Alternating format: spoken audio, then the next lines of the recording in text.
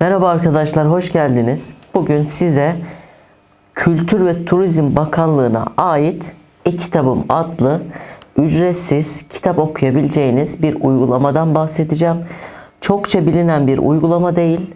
Aslında bütün kitaplar ücretsiz olarak orada kendi bünyesinde telif hakları olmayan ve satın alınan kitaplar uygulamanın içerisinde yer alıyor. Ama ne üzücü ki 10.000 indirmesi var.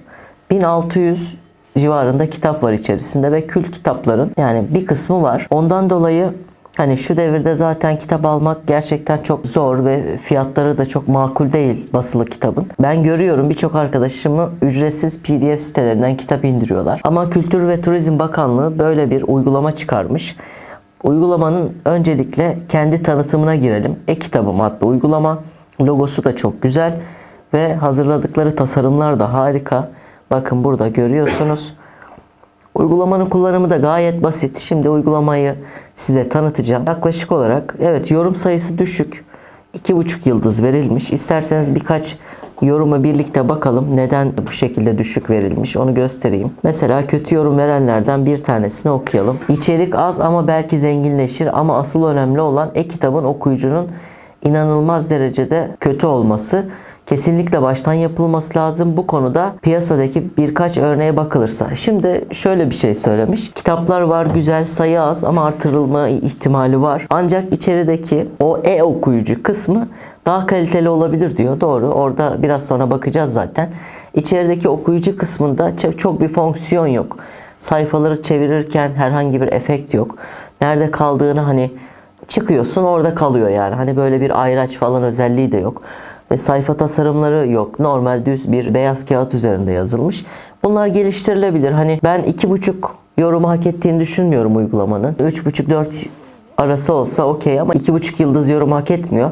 Ben bazen öyle uygulamalarla karşılaşıyorum ki 2 yıldız ama gerçekten çok kaliteli. Onun için e-kitabımın yıldızına yorumuna bakmayın. Ücretsiz, kaliteli kitap okuyabileceğiniz bir uygulama.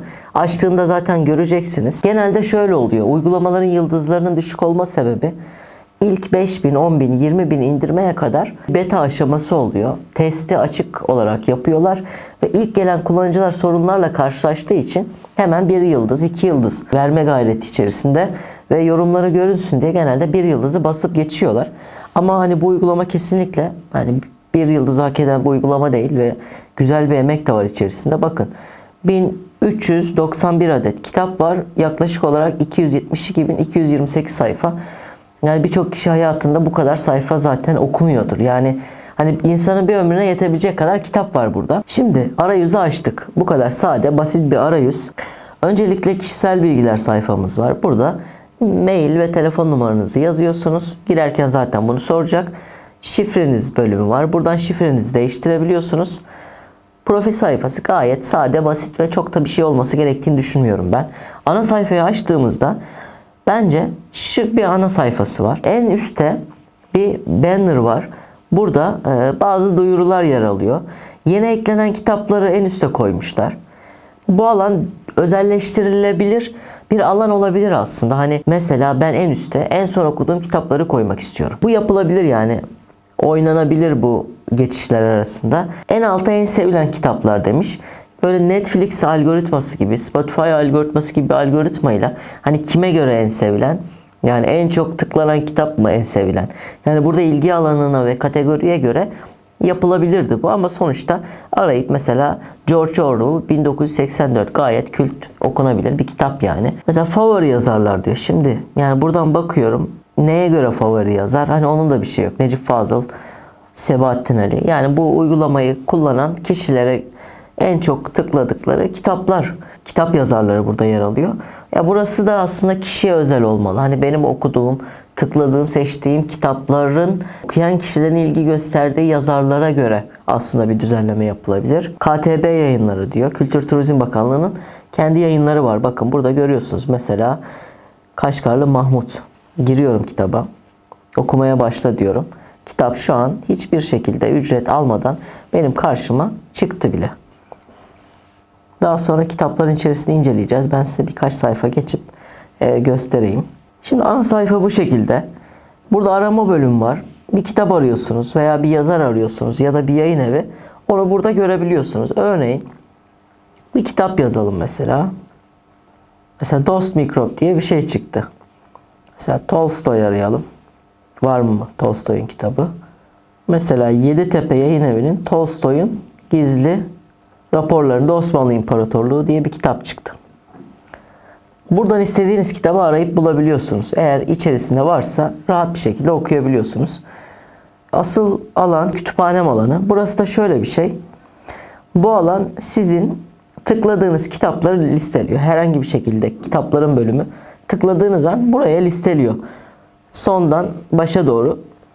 İndirdiklerim de sizin okumak için indirdiğiniz kitaplar. Yani çevrim içi olmasanız bile online olmadan okuyabiliyorsunuz.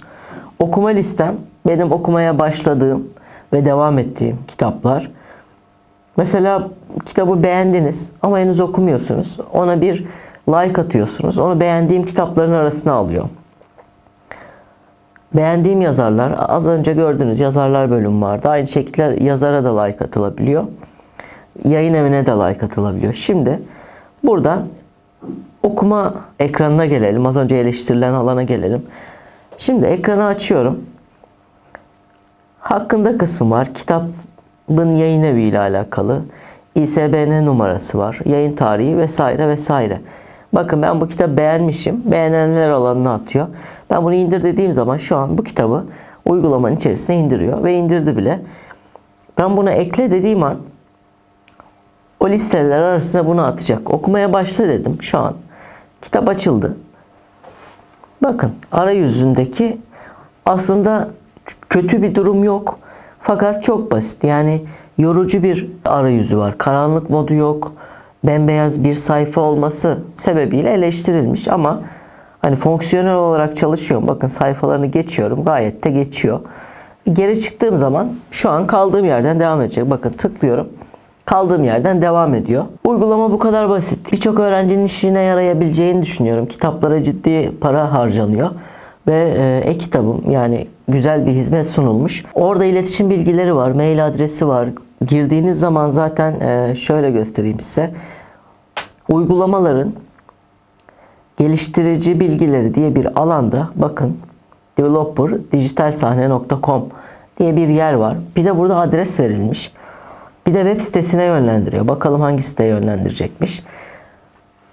Bu mail adresine daha sonra bu bakın burada bir web sitesi bile çıktı. Adrese posta yoluyla ya da web sitesi içerisindeki varsa iletişim formuna isteklerinizi yazabilirsiniz. Çünkü kitap sayısı çok az. Başka kitapların telif haklarının alınmasını isteyebilirsiniz.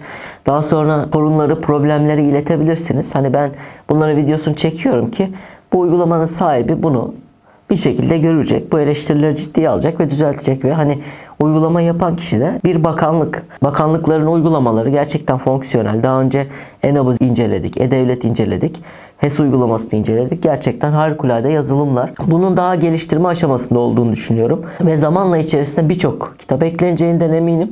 Ve birçok fonksiyonun da içerisine konacağını, altını çizme yerlerinin geleceğini, sayfa tasarımlarının düzeltileceğini, bazı efektlerin ekleneceğini düşünüyorum. Evet arkadaşlar burada bu uygulamayı bitirelim. Başarılı, gayet güzel, işe yarar bir uygulama deyip geçelim. Buraya kadar izleyen, bize destek olmak isteyen arkadaşlar kanalımıza abone olabilirler. Ayrıca sizin tavsiye ettiğiniz e-kitap uygulamaları nelerdir onu soralım. Çünkü yorumlarda eleştirilmiş, okuyucusunun kötü olduğu söylenmiş. Okuyucusu güzel, kullanılmasını istediğiniz ve tavsiye ettiğiniz aklınızdaki uygulamaları söylerseniz diğer videolarımızda onlara yer verelim. Şimdiden teşekkürler.